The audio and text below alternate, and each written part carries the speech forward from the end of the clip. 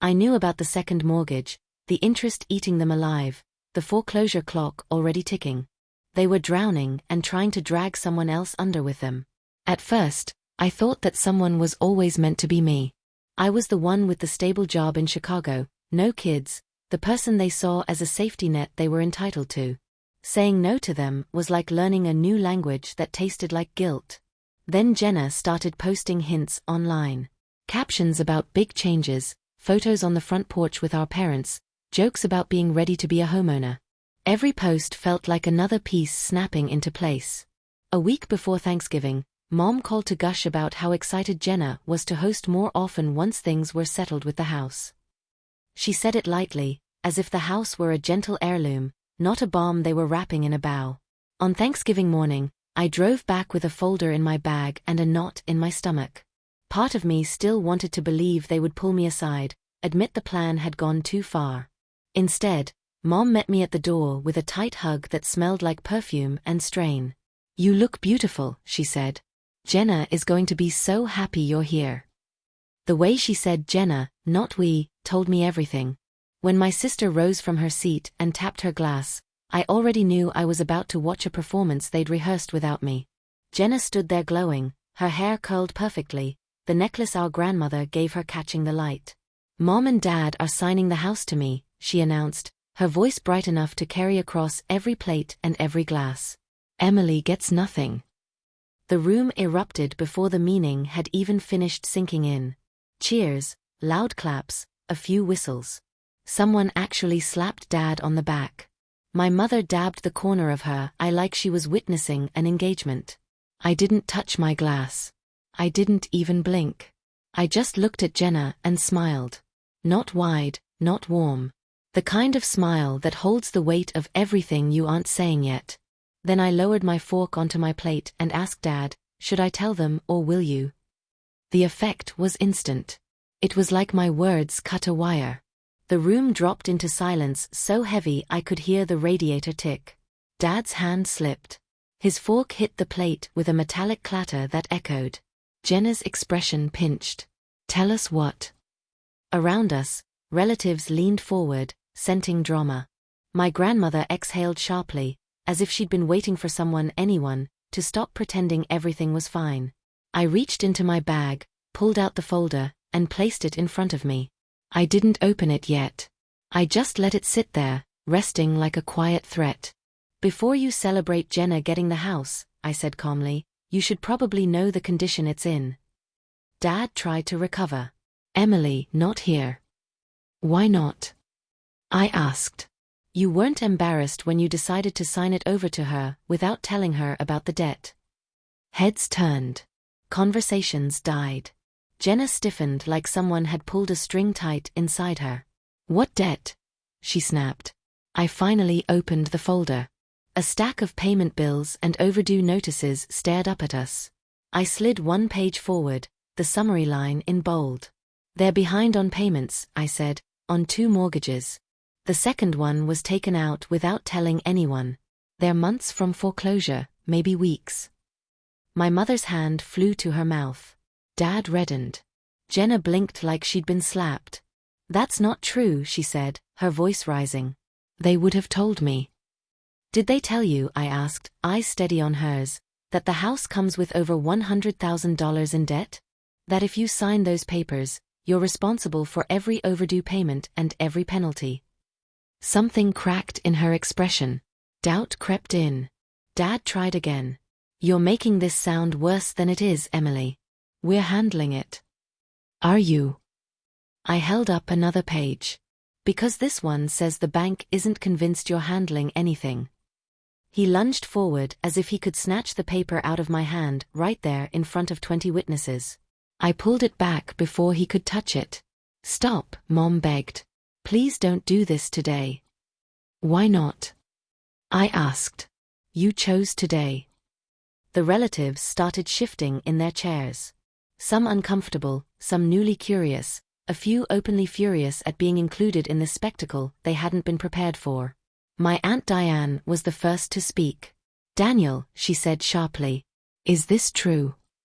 Dad didn't answer. His jaw clenched so tightly I thought it might crack. Mom buried her face in her napkin. Jenna looked between them and me. But they said the house was mine. It was never a gift, I said softly. It was an escape route for them. They needed someone to carry the debt. First, they tried to trick me. When that didn't work, they chose you. Jenna stood frozen in her sequined dress, shaking. Her fiancé, Tyler, leaned away from her slightly, like he wasn't sure if he should be associated with any of this. Is she lying? He asked, looking at my parents. Mom sobbed. Dad didn't look up. That was enough. Tyler pushed back his chair and stood. You told me the house was paid off. You said we'd have a clean start. Jenna reached for him, but he stepped back.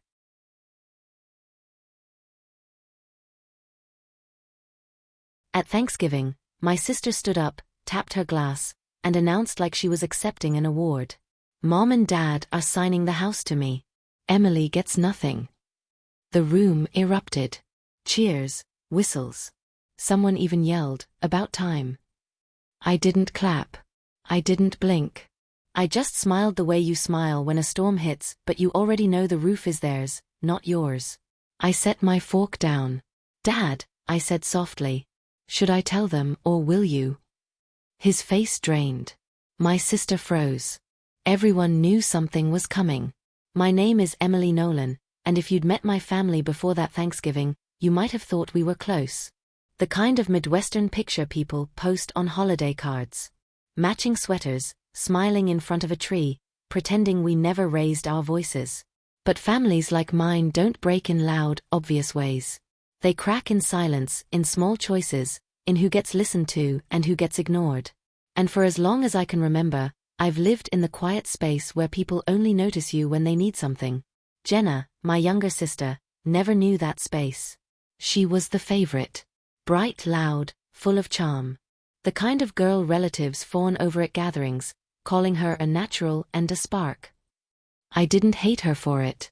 I just learned early that I'd have to build my life on my own because nothing was ever going to be handed to me the way it was handed to her. Growing up, I watched my parents pour attention into Jenna like she was a plant that needed constant watering. Dance classes, summer camps, private lessons, things I was told we couldn't afford when I asked. Later, when I moved to Chicago for work, they called it selfish, like choosing independence meant I was abandoning them. Meanwhile, Jenna stayed close, visiting every weekend, sliding into that perfect little mold they'd carved out for her. Still, I kept coming home for holidays, for my grandmother mostly. Evelyn Nolan. Sharp mind, silver hair, the only person in the family who looked at me with real pride. When she hugged me at the door, it didn't feel like an obligation. It felt like being seen. She'd tap my cheek, whisper something like, "You're stronger than they think," then slip back into her chair like she hadn't just given me enough fuel to last another year. This Thanksgiving felt strange before it even began. The air in the house was different. Thick, expectant, like everyone had been let in on a secret I wasn't meant to hear. Mom was darting around the kitchen with that tight smile she wears when she's hiding something. Dad wouldn't meet my eyes for more than a second. Jenna kept brushing lint off her dress, even though it was perfectly clean. And when I walked into the dining room, I noticed one more thing. An empty chair. Not moved, not pushed aside. Gone. I should have known then. But in my family, the signs are always quiet before they explode. I sat down anyway, smoothing my napkin across my lap, pretending not to notice the way conversations dipped every time I entered the room. They'd go flat for a second, like someone had pressed mute, then pick up again with forced laughter the moment I passed. The house situation started 6 months earlier, long before the announcement at Thanksgiving. It was a humid Saturday in June when Mom called, asking me to come home for something important. No details, no warning. When I arrived, they ushered me straight to the dining table, the same table where everything would later fall apart. Dad had a folder laid out like a presentation. Mom smiled too hard, like her face hurt from stretching. "Sweetheart," Dad began, "we're refinancing the house. Just a simple signature, better rates. You won't have to worry about anything." Even then, something in me tensed.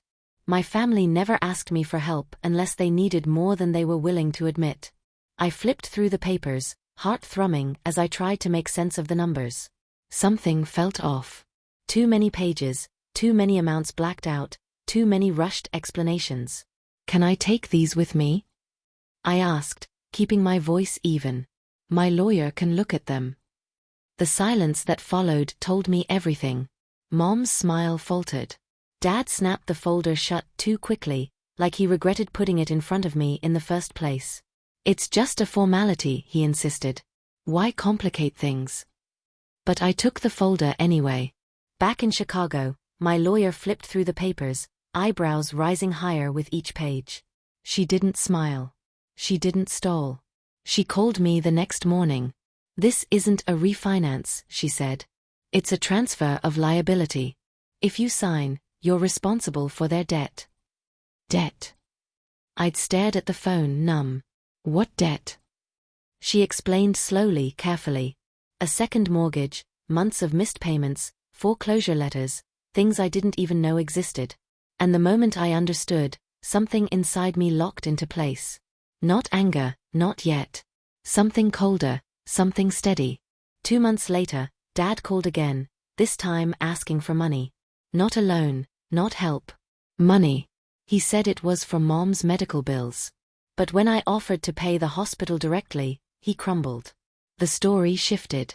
The truth leaked out. Late payments, deadlines, desperation. And now, sitting at that Thanksgiving table, watching Jenna glow under everyone's attention, the weight of those 2 months pressed against my ribs. They weren't giving her the house.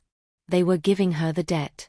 And they expected me to sit quietly beside her while it happened. By the time November rolled around, the secret sat between my parents and me like a live wire. We did not talk about the papers I refused to sign or the call where Dad admitted the truth. Our conversations shrank into weather updates and questions about work, as if small talk could cover a crater. They did not know I had done more than refuse. I pulled the property records myself. "You expect me," he said, voice trembling between anger and disbelief, "to start a life on a sinking ship?" "Tyler, please." He shook his head. "I'm not marrying into this." The room gasped collectively as he walked out, past the turkey, past my stunned parents, out the front door without looking back. Jenna's legs gave out. She dropped into her chair, hands shaking, mascara smudging down her cheeks. For the first time in years, she looked like the little girl who used to crawl into my bed after nightmares. "This isn't my fault," she whispered. "I didn't know." "I know," I said quietly. Dad slammed his palm onto the table. "You ruined everything." I stared at him. "No. You ruined everything the minute you tried to hand your debt to your children like it was an inheritance." "You're tearing this family apart," Mom sobbed. "It was already broken," I said. "I'm just refusing to keep sweeping the pieces under the rug." A murmur rippled among the relatives. Agreement, disappointment, judgment, the kind that stings more because it comes from witnesses who saw everything. My grandmother stood slowly, using the table for balance.